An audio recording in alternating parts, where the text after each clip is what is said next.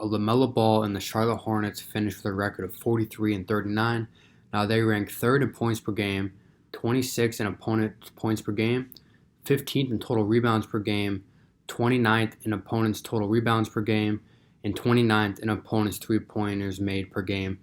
As you can see, the biggest issue with the Charlotte team is their defense. Their offense is spectacular, ranking third in points per game. However, on every defensive category, they're in the bottom five teams in the NBA.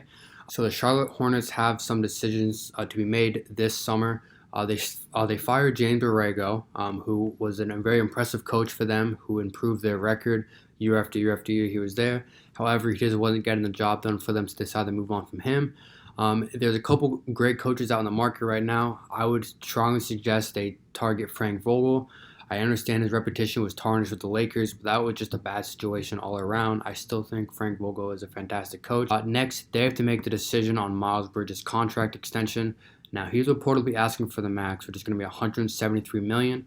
Now, they have to look at this and wonder if he played really well this season because it's a contract year, or if he's actually worrying about getting better every single year, becoming an all-star, and ultimately being a very impactful player for this team. That is a very hard judgment call to make. And finally, this team was blown out in the play-in for the past two seasons, so the decisions they make must bring them into the playoffs before their all-star player, Lamelo Ball, gets unhappy with them. So in terms of roster adjustments to improve this defense, I came up with 4 trade ideas to the NBA trade machine.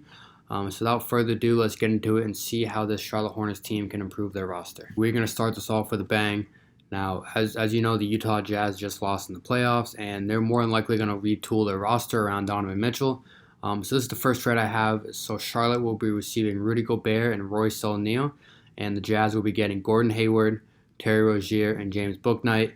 Now, in terms of the Charlotte Hornets side, they get a great rim protector and a 3-time Defensive Player of the Year, Rudy Gobert. I mean, he's going to alter their defense completely. And really be an impactful player in that position. And I think he'll be utilized better as a lob threat, playing with Lamelo Ball, who has better court vision. So I think his offensive game will open up just a little bit more. Royce O'Neal, a great 3-and-D guy. I mean, really not much else to say. He can knock down the 3-ball. You put him on the best perimeter player on the other team, and you hopefully gets it done on the defensive side of the ball, which he's proven he's done before. So why does this make sense for the Utah Jazz? Well, like I said, they're retooling their roster. Gordon Hayward is a good player, but he's always injured. He needs to be in this trade to max the contracts because Gobert has a massive contract as well. Terry Rozier has been a great player for Charlotte.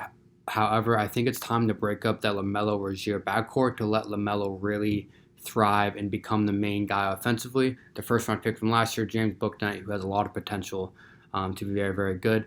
I don't necessarily think too many draft picks will be included in this trade. I think Hornets realistically might have to throw in a first rounder and a couple seconds. Because the value of Rudy Gobert is on an all-time low right now. So when this trade was first kind of rumored, I was thinking I was so confused why Charlotte would be interested in this. But now looking at it, so Charlotte would be giving up Gordon Hayward, Mason Plumlee, and PJ Washington. Now the Lakers will be trading Russell Westbrook, Austin Reeves, and Stanley Johnson. So what this does for Charlotte, well, they get a good young guy in Austin Reeves who's been proven to play well on the ball, off the ball, and be a good defensive player and be a very good rotational player for the Lakers, and he's a rookie. So he's a very valuable player in this trade, in my opinion, especially after towards the end of the season. He played very, very well. Stanley Johnson, another great perimeter defensive guy. The reason why I liked it for the Hornets, because this would be Westbrook's last year of his deal. So whether they want to cut him or bench him or don't play him at all, you just bench him, let his contract expire, and then that $44 million is off the books. Now you have a max contract spot to sign a big free agent. And I think players would want to play with LaMelo. He's a very unselfish player, and he's making Charlotte a fun basketball team, and I think that can be really attractive for some free agents. In terms of the Lakers side, they've been wanting to get out of the Westbrook contract. It's very known. Hayward, if he stays healthy, would be a big player for them.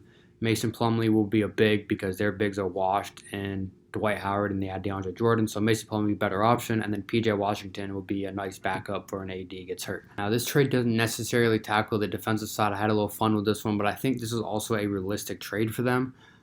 So the Rockets will be giving up Eric Gordon, who is a very nice veteran player for them, and Christian Wood, a very nice center for them. Hornets will be giving up Hayward, Washington, and I would assume they'd be trading a first round pick because of Gordon Hayward's contract, which is definitely understandable. Now, in terms of what Charlotte's getting, they're getting a good veteran guard in Eric Gordon who can catch and shoot, play good defense, and he's been showing he can play make a little bit this year too. I think he'd be a great locker room guy for them and a great backup player for the wings over there in Charlotte. And then they've been looking for a center. They didn't really hit well with Montrezl Harrell. He didn't really play that much for them. Christian Wood can space the floor for them.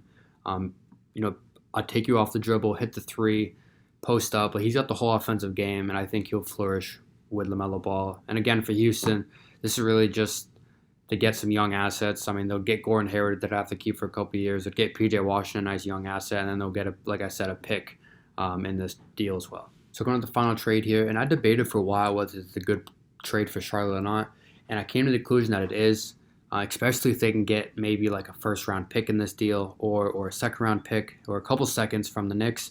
So hear me out. So Rozier goes to New York. They've been looking for a star. They're not going to get Donovan Mitchell. I'm sorry. I don't see that happening.